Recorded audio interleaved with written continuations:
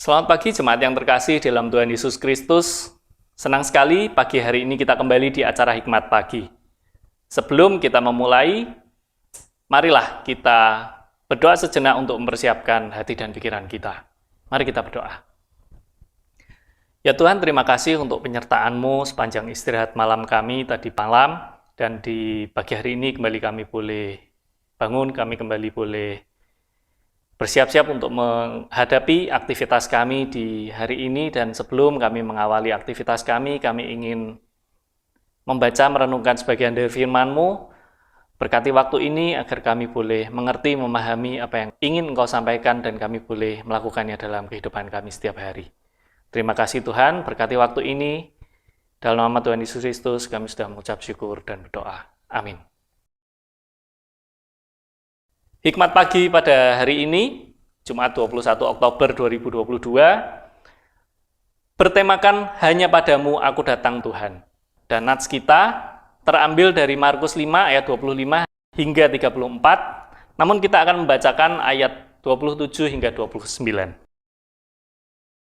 Dia sudah mendengar berita-berita tentang Yesus. Maka di tengah-tengah orang banyak itu, ia mendekati Yesus dari belakang dan menjamah jubahnya. Sebab katanya, asal kujamah saja jubahnya, aku akan sembuh. Seketika itu juga berhentilah pendarahannya dan ia merasa bahwa badannya sudah sembuh dari penyakitnya. Demikianlah firman Tuhan, syukur kepada Allah. Selamat pagi saudara-saudara yang dikasihi Tuhan. Setelah membaca Injil Markus pasal 5 ayat 25 sampai 34 ini, seorang anak pernah bertanya kepada mamanya yang berprofesi sebagai suster, "Ma, di zaman sekarang, apakah seorang yang sakit pendarahan selama 12 tahun itu dapat bertahan dan selamat?" Sang mama menjawab demikian, "Nak, secara medis itu mustahil terjadi. Jika ada yang sakit pendarahan tidak sampai setahun, orang tersebut dapat meninggal. Logikanya, ia akan kehabisan darah. Otomatis dia membutuhkan pasokan darah, transfusi, untuk mengganti darah yang keluar supaya dia bisa tetap hidup." Sang anak kemudian membayangkan betapa luar biasa perjuangan perempuan yang bertahan selama 12 tahun menjalani penyakitnya itu. Pantang menyerah. Ya, begitulah karakteristik yang tampak pada diri seorang perempuan tersebut. Bayangkan, sudah 12 tahun ia menderita sakit pendarahan.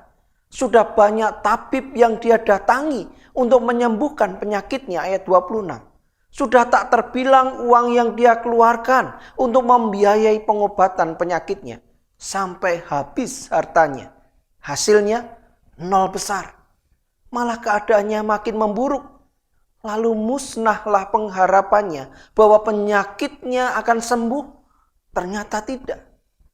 Berita-berita tentang Tuhan Yesus melakukan berbagai mujizat penyembuhan ternyata menyalakan kembali api pengharapan untuk sembuh dari penyakitnya. Ayat 27. Mendatangi Yesus secara terbuka tidak mungkin dilakukan karena hukum perjanjian lama memandang sakit yang demikian adalah najis. Namun harapan kesembuhan yang membara mendorong dia untuk memberanikan diri dengan diam-diam menjamah jubah Tuhan Yesus yang ia percaya dapat berbuat sesuatu. Akhirnya ia pun sembuh. Ayat 29. Saudara yang diberkati Tuhan, meyakini kuasa Tuhan Yesus dan tidak mudah putus asa juga harus kita miliki dalam kehidupan iman kita. Percayalah, Tuhan Yesus bukan saja berkuasa menyembuhkan luka fisik saja, namun ia juga berkuasa menyembuhkan luka-luka batin kita. Selalu ada harapan di dalam dia untuk sebuah pertolongan. Oleh karena itu, kita harus menaruh percaya kepadanya yang berkuasa dengan penuh iman. Masalahnya, sudahkah kita datang kepada Tuhan Yesus dan memohon pertolongannya memulihkan luka batin kita? Datanglah kepada Yesus Kristus, sebab tidak ada yang tidak mungkin dipulihkannya. Amin. Mari kita berdoa. Bapa yang baik, terima kasih hari ini ketika kami memulai hari yang baru. Kami sungguh diingatkan akan kasih Tuhan yang besar dalam hidup kami. Kami juga diyakinkan betapa kuasa Allah tak terbatas. Oleh karena itu, siapapun kami dan dalam keadaan apapun, mampukanlah kami untuk datang mendekat kepadamu. Memohon pengampunan, memohon pemulihan, memohon kesembuhan daripadamu.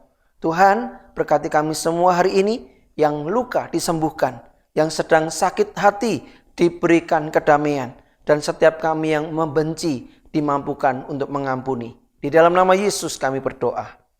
Amin. Saudara-saudara yang diberkati Tuhan, kehidupan kita, baik bersama keluarga ataupun orang-orang di sekitar kita, seringkali bisa membawa kita kepada keputusasaan. Namun percayalah bahwa kita punya Tuhan yang sanggup menolong kita. Allah yang sanggup di dalam segala perkara kehidupan ini memulihkan dan menyembuhkan kita. Ia mampu menolong kita.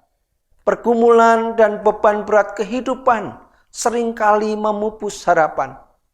Datang dan berharap kepada Tuhan akan membangkitkan harapan serta memulihkan. Selamat berkarya hari ini. Tuhan Yesus memberkati.